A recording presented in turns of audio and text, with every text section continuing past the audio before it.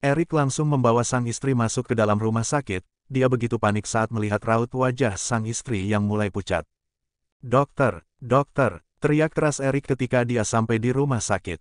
Tubuhnya benar-benar begitu tidak berdaya. "Ada apa, Tuan?" tanya salah satu suster. "Tolong, istri saya," jawab Erik yang sudah menggendong sang istri. Para perawat mengambil ranjang dorong.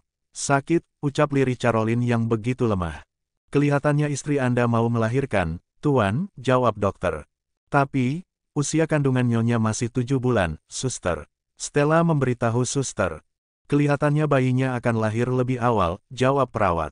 Salah satu dokter langsung menghampiri para perawat yang membawa pasien. "Tolong istri saya, dokter. Tolong istri saya." Erik terus memegang erat tangan dokter.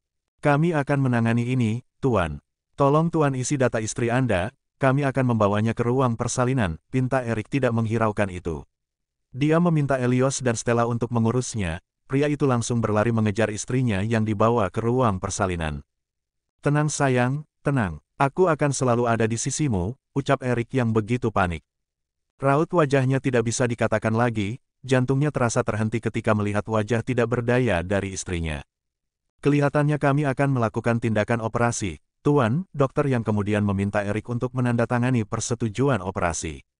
"Lakukan apapun, dokter. Tolong selamatkan istri dan anak saya," minta dokter.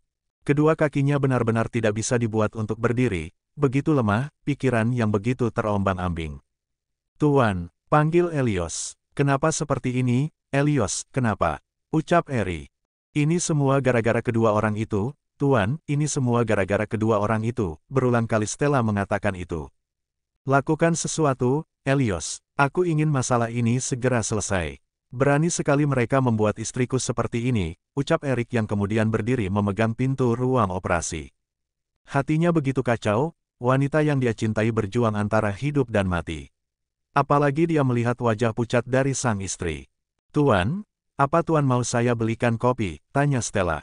"Aku tidak ingin apapun, aku hanya ingin istriku," jawabnya. Kedua tangannya terus mengepal, dia meletakkan kepalanya di pintu ruang operasi.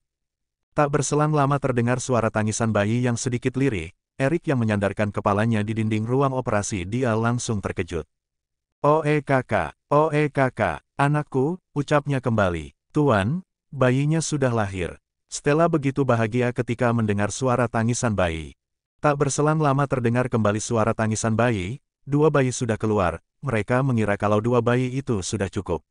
Namun tak berselang lama di antara rasa pilu dan takut itu terdengar kembali. Suara tangisan begitu bahagia walaupun usia kandungan istrinya masih 7 bulan.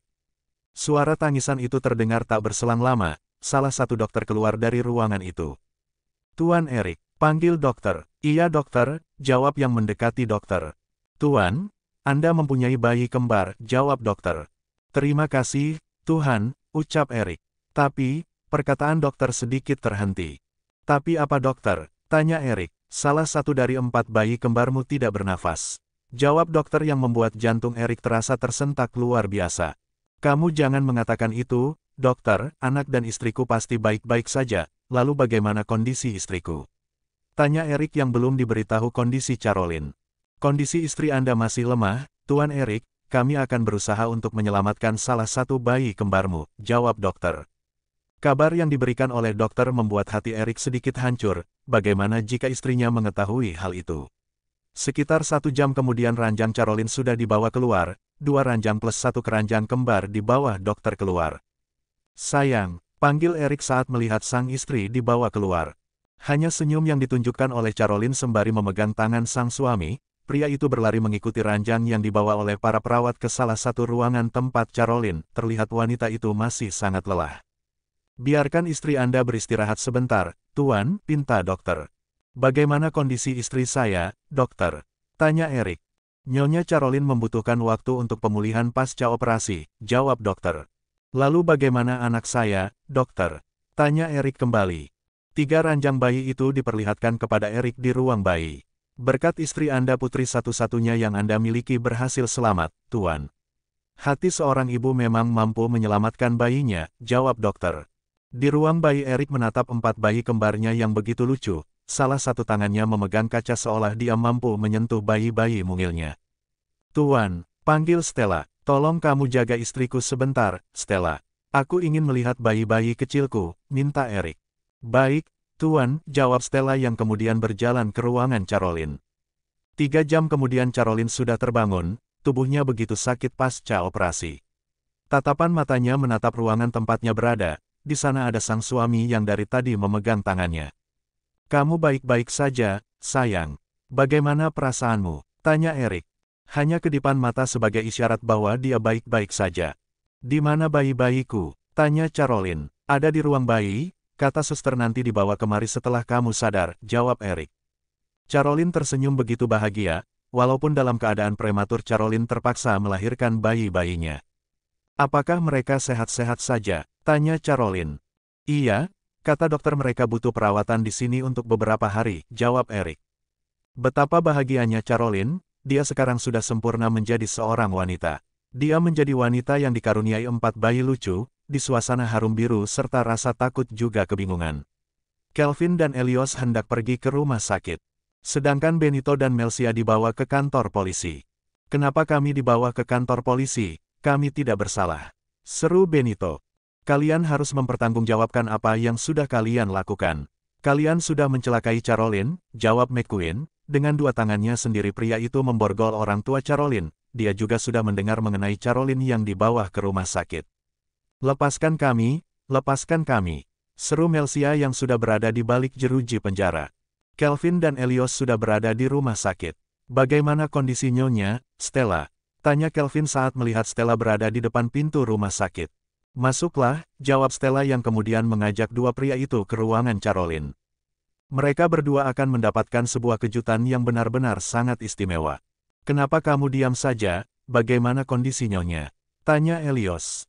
Kondisi Nyonya sudah lebih baik, jawab Stella. Elios dan Kelvin nampak bernafas lega, setelah mereka naik lift menuju lantai 3 mereka berjalan ke salah satu ruang VVIP. Oh ya, Nyonya melahirkan bayi apa? Perempuan atau laki-laki? Tanya Elios. Nanti kalian lihat saja, jawab Stella yang memang sengaja memberi kejutan kepada 2 pria itu. Saat masuk ke dalam ruangan terlihat Caroline sedang disuapi oleh Erik. Tuan, panggil Elios dan Kelvin. Kalian sudah datang. Masuklah, jawab Erik yang masih menyuapi sang istri. Caroline tampak tersenyum menatap 2 orang kepercayaan suaminya itu. Di mana bayinya, Tuan? Tanya Kelvin yang begitu bersemangat. Iya Tuan, kenapa bayinya tidak ada? Apa sedang dimandikan? Tanya penasaran dari Elios.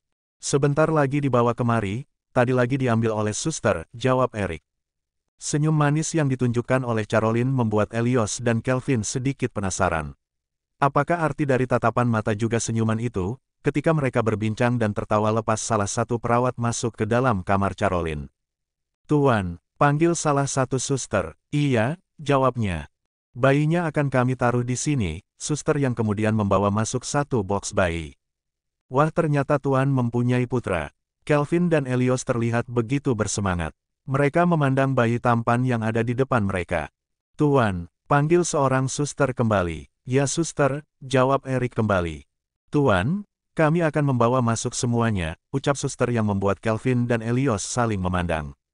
Semua, tanya mereka berdua. Setelah itu 3 box bayi dibawa masuk ke ruangan Caroline. Satu persatu box bayi itu dibawa masuk hingga membuat Kelvin dan Elios saling memandang satu sama lain, bahkan Elios dengan spontan memegang dadanya. Ya Tuhan, ucap spontan Elios.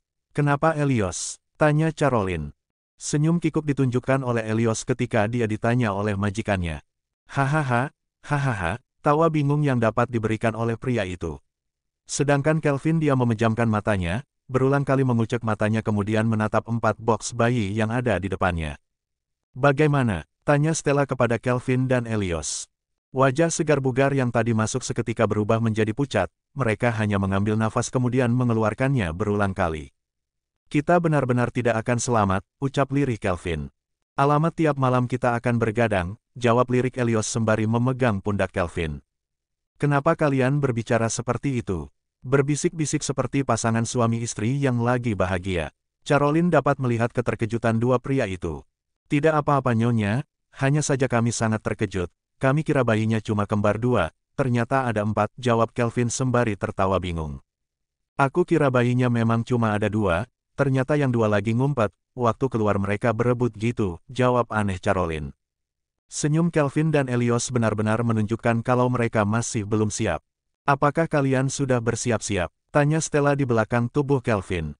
Yang harus lebih bersiap-siap itu kamu harus bersiap-siap untuk bergadang, jawab Kelvin. Dari tadi Stella sudah bersiap-siap, melihat 4 bayi kembar itu terasa dunianya makin melebar luas, langkah kakinya terasa semakin jauh. Aku dan Vivi serta yang lain akan bersiap-siap, mungkin kami akan berada di area pertandingan gulat, jawab Stella yang kemudian meminum segelas air mineral.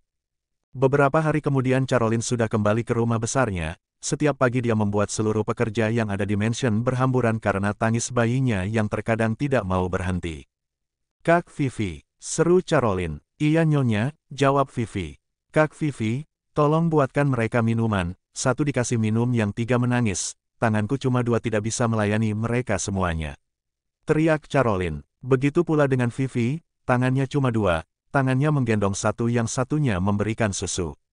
Sama, nyonya, tanganku cuma 2, ucap Vivi. Akhirnya orang-orang yang ada di mansion dibuat berhamburan oleh suara teriakan majikan wanita mereka di setiap pagi, siang, sore hingga malam.